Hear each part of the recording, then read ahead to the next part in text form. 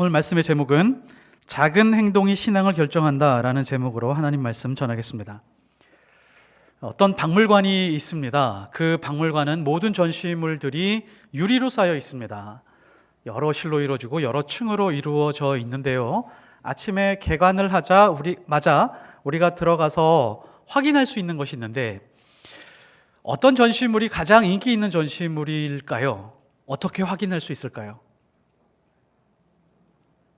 유리에 콧잔등이 가장 많이 찍힌 게 가장 인기 있는 전시물인 것을 알 수 있습니다.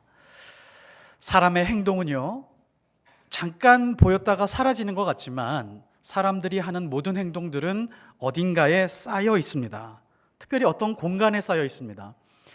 우리가 살아가고 있는 그 개인의 방들, 그 방에 들어가면 그 사람의 나이, 성별, 직업, 이런 것들을 대략적으로 추측해낼 수가 있습니다. 침대의 위치, 색깔, 이불, 베개, 정리정돈된 상태, 이런 것들을 보면 그 사람의 감정 상태에 대해서 조금 알 수 있습니다. 옷장을 열어봤을 때 옷장이 어떻게 정돈이 되어 있느냐라고 하는 것들, 색깔, 그런 것들로 인해서 그 사람의 성향을 어느 정도 파악할 수가 있습니다. 특별히 책상 위에 사진을 보면 이 사람이 어떤 것을 소중하게 여기는구나 라고 하는 것을 확인할 수 있고요. 서랍 안에 정리된 상태만 봐도 그 사람의 마음 상태를 들여다볼 수 있습니다.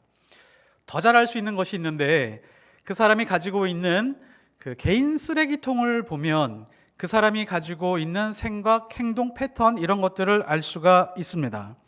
음식물 쓰레기들 주기적으로 확인해 보면 이 사람이 비만인지, 앞으로 비만이 될지 그렇지 않을지를 추측해낼 수가 있습니다. 그 사람이 먹었던 약 봉지, 약병, 약의 종류들을 대략적으로 한번 보면 이 사람의 건강 상태나 혹은 신경이 예민한지 아닌지도 확인할 수가 있습니다. 그리고 이 사람이 쓴 영수증들, 무심코 버렸지만 그것들만 대략 봐도 계획적으로 물건을 사는지 그렇지 않은지가 확인이 됩니다.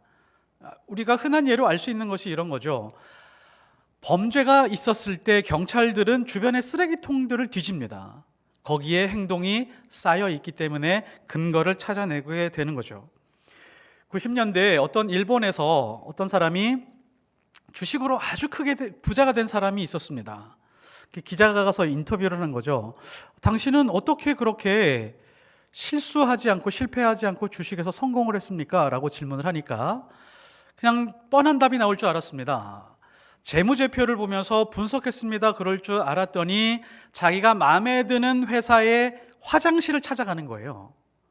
화장실의 상태, 화장실의 분위기, 그리고 화장실이 얼마만큼 주기적으로 바뀌는지, 그런 것들을 보고 그런 상태가 가장 좋은 회사만 골라서 투자를 했더니 실패하지 않더라라는 그런 글을 읽은 적이 있습니다. 굉장히 일리가 있잖아요. 그럴 것 같습니다. 그런 회사는 전망이 있을 것 같습니다. 우리는 하나님의 자녀들입니다. 하나님의 자녀들이 살아가는 방식은 완전히 다르죠. 하는 말과 행동이 완전히 달라야 됩니다. 우리의 말은 어디에 쌓일까요? 하나님의 자녀들, 이스라엘 백성들 혹은 교인들, 성도들의 말은 어디에 쌓일까요? 하나님의 귀에 쌓입니다. 민수기 14장 28절, 그들에게 이르기를 여호와의 말씀에 나의 삶을 가리켜 맹세하노라. 너희 말이 내 귀에 들린 대로 내가 너희에게 행하리니. 하나님이 우리를 향해서 하시는 행동들이 있는데 그 행동들의 근원이 어디냐면 우리가 했었던 말들입니다. 하나님의 귀에 쌓였었던, 하나님의 마음속에 쌓였었던 그 말들을 하나님은 어떻게 번역하고 해석하시냐면 기도로 해석하시고 기도로 번역하십니다. 우리가 하는 말들을, 대화 속에서 흐르고 있는 우리가 하는 말들, 혹은 사소하게 뱉어내는 이 말들, 이 전부들을 하나님께서 하나도 놓치지 않고 가지고 계신다라고 하는 것이죠. 그래서 쉬지 말고 기도하라 라고 하는 이 말씀을 이렇게 적용할 수 있습니다. 우리가 하는 대화들 속에 있는 그것들도 다 기도처럼 하라는 것입니다. 우리가 사소한 말들조차도 하나님이 들으신다라고 하는 생각 속에서 내가 이 사람에게 이런 말을 할 때 하나님은 어떻게 생각할까라고 하는 그 생각 자체와 제어하는 그 자체가 기도라는 뜻입니다. 그래서 하나님의 사람들은 자신의 말과 행동이 유쾌하면서도 신중하고 밝으면서 따뜻합니다. 하나님의 말씀으로 다듬어졌기 때문에 예리하면서도 겸손하고 다른 사람을 높여주면서 예수 그리스도를 닮아가는 모습이 가장 잘 드러나는 것이 바로 말과 사소한 행동들입니다. 우리의 작은 행동과 말은 어디에서 나올까요? 어디에서 나올까요? 우리의 내면에서 나옵니다. 신앙생활을 하면서 가장 위험한 몇 가지가 있습니다. 남을 비방하고 원망하고 불평하고 다른 사람들을 짓밟는 것입니다. 아주 위험한 것입니다. 거짓말하고 위선적이고 매우 위험한 모습으로 살아가는 사람들도 있습니다. 그러나 그보다도 더 위험한 것이 있는데 자신의 내면에 대해서 무관심한 것입니다. 하나님의 사람들은 가장 중요한 것이 중심이고 내면입니다.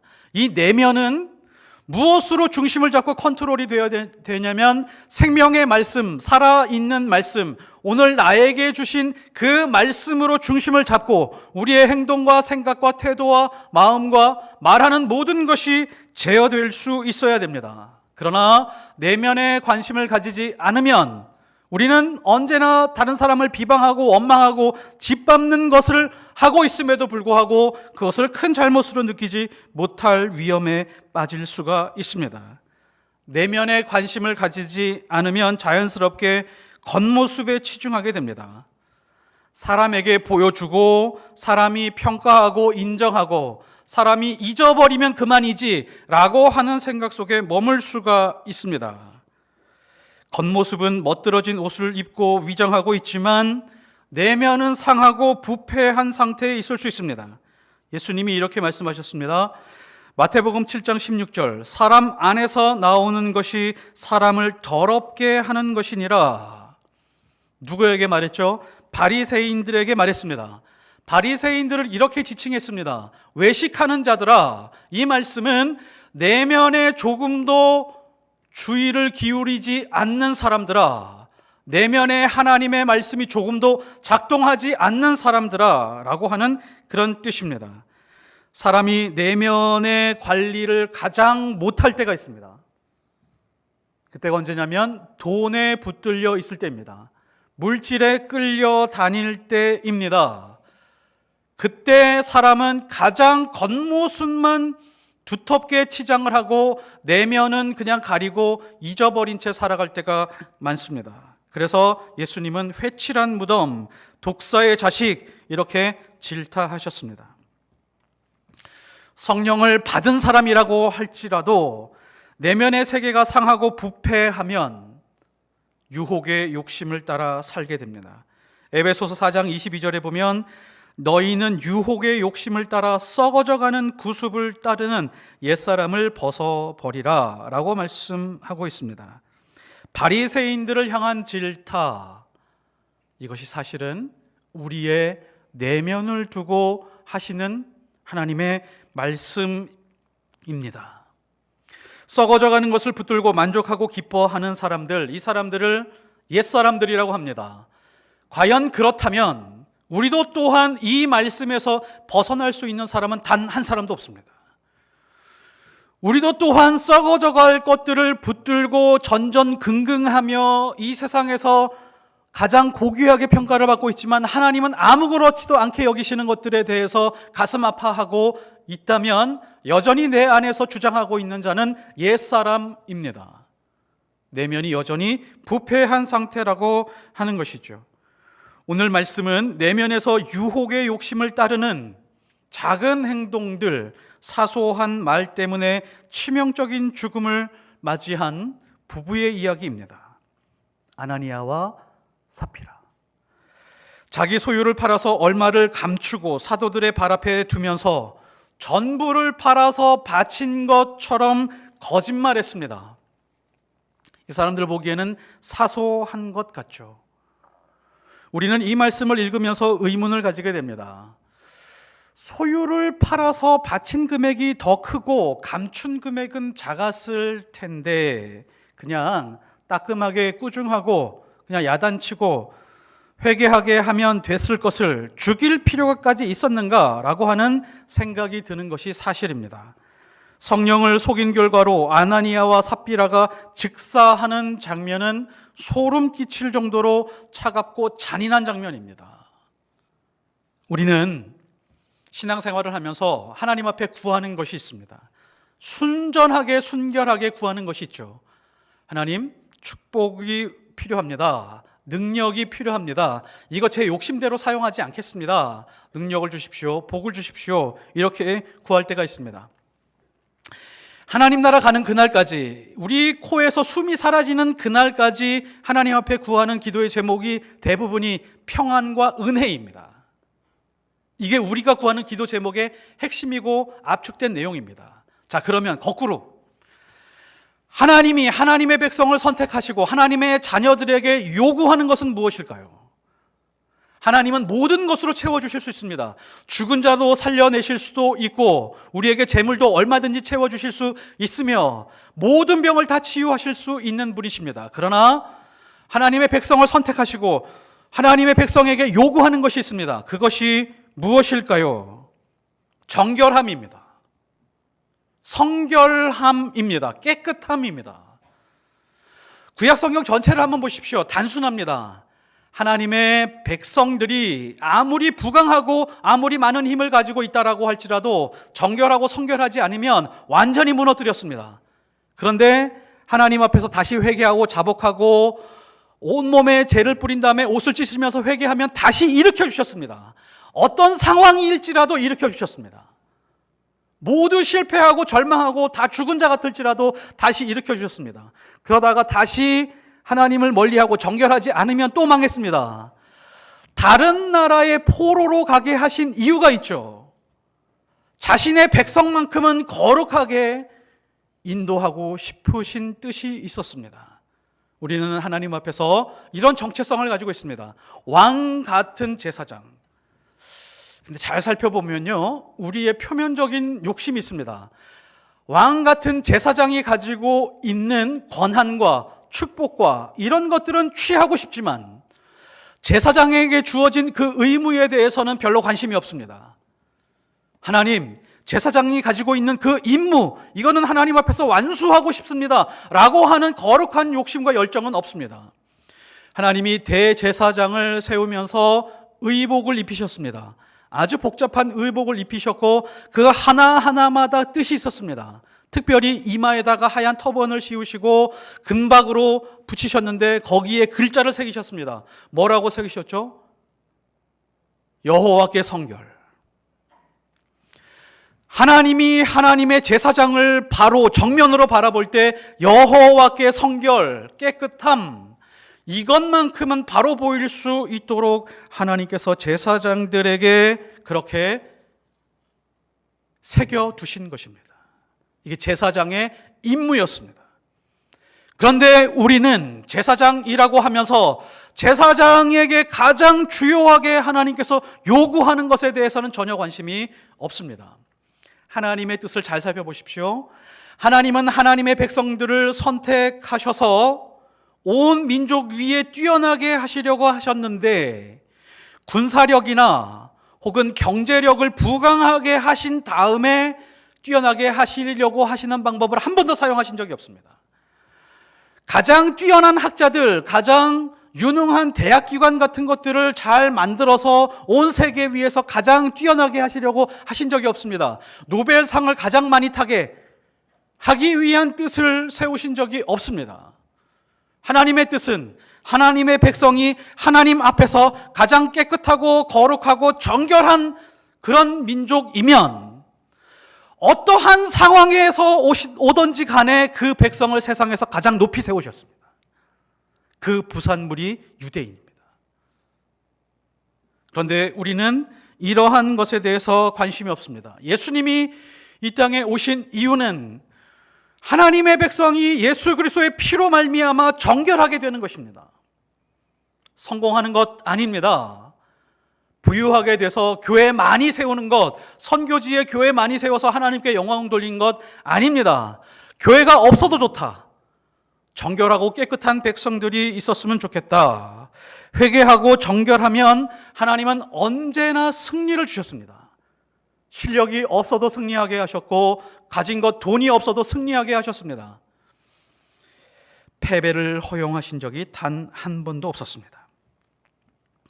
사도행전에 교회의 공동체, 성령의 공동체를 세우고 있습니다. 하나님이 직접 성령을 보내셔서 성령의 공동체, 교회를 세워가고 있습니다.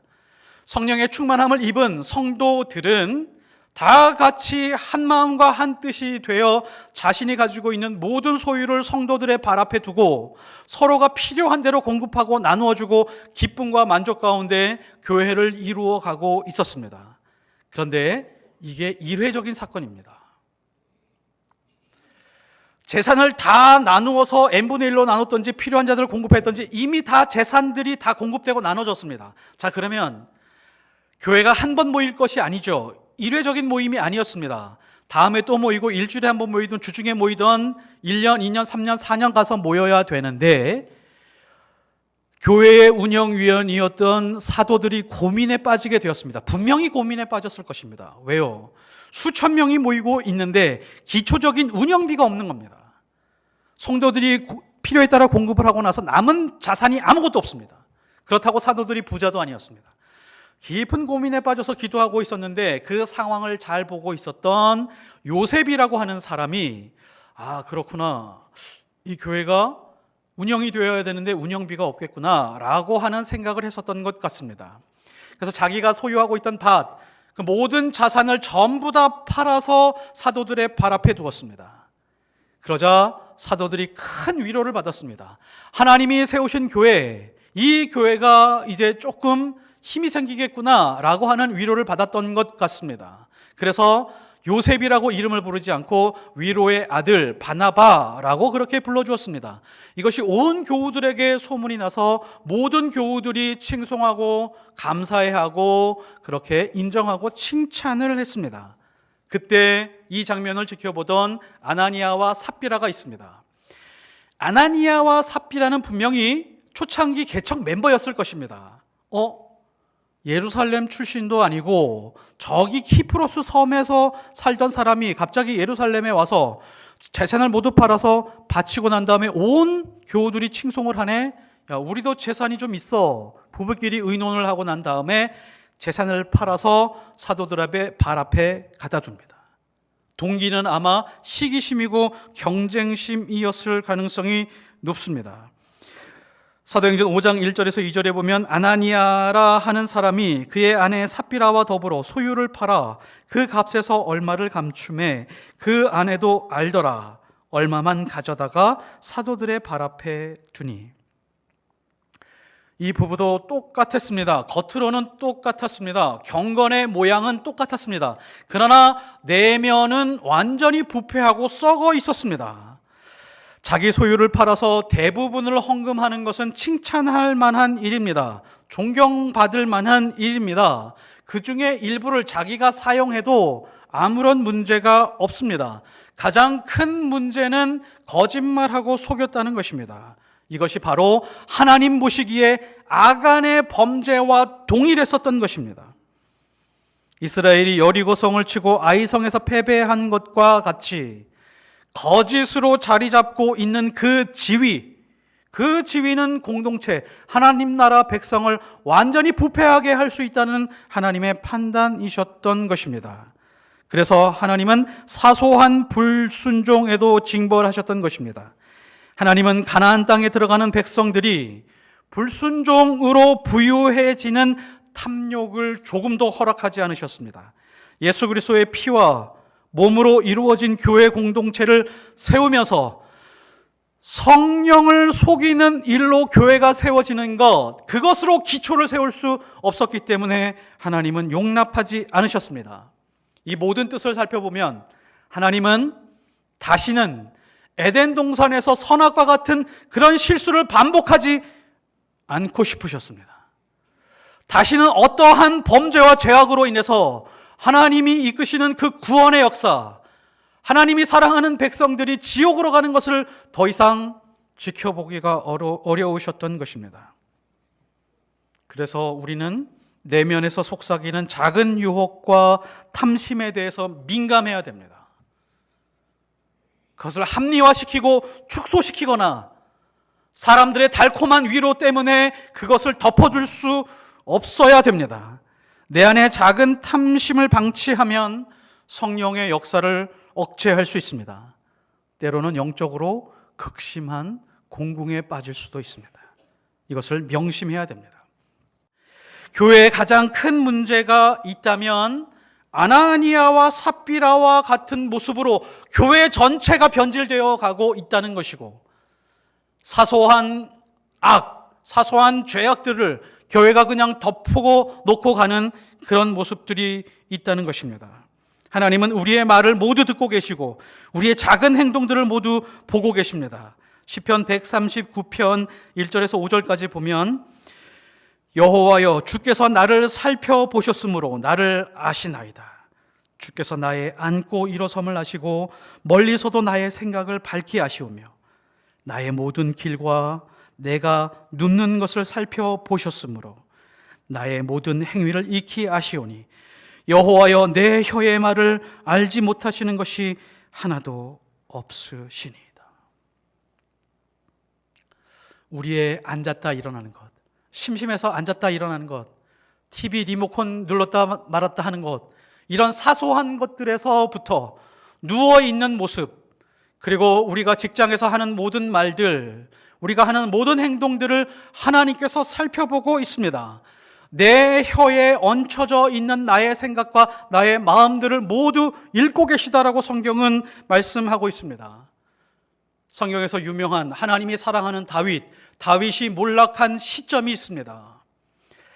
나단이 다윗의 죄악을 드러내기 전에, 그 전까지 자기 몸속에, 자기 마음속에 숨겨두었던 그 죄악들, 그것이 드러나면서부터 다윗의 인생은 몰락하기 시작을 합니다. 그러면서 다시 어떻게 회복하죠? 주의 성령을 내게서 거두지 마옵소서. 제 힘으로 다시 일어설 수 없습니다. 성령 하나님 들어오셔서 저를 회복시켜 주옵소서. 하지만 고난 중에 하나님 앞에 정직하면 하나님께서 형통하게 하신다라고 그렇게 약속하고 있습니다. 그 사람이 바로 요셉입니다. 창세기 39장 9절을 보면, 그런즉 내가 어찌 이 큰 악을 행하여 하나님 앞에서 득죄하겠습니까? 보디발의 아내 앞에서 외쳤던 자기 신앙 고백입니다. 두 사람인데요, 이 사람은 권력을 가지고 있고 내 인생을 좌지우지할 사람인데요, 그냥 한번 눈 딱 감고 그냥 덮어놓고 넘어갈 수 있었던 일이지만, 내 인생이 여기에서 끝난다라고 할지언정 나는 하나님 앞에서 득죄하지 않겠습니다 라고 했을 때 하나님께서 지켜주시고 감옥에 있든지 노예로 있든지 형통하게 하셨다라고 성경은 기록하고 있습니다. 아나니아, 삽비라가 어느 특정한 사람으로 지정되어 있는 것이 아닙니다. 우리 내면 안에 있습니다.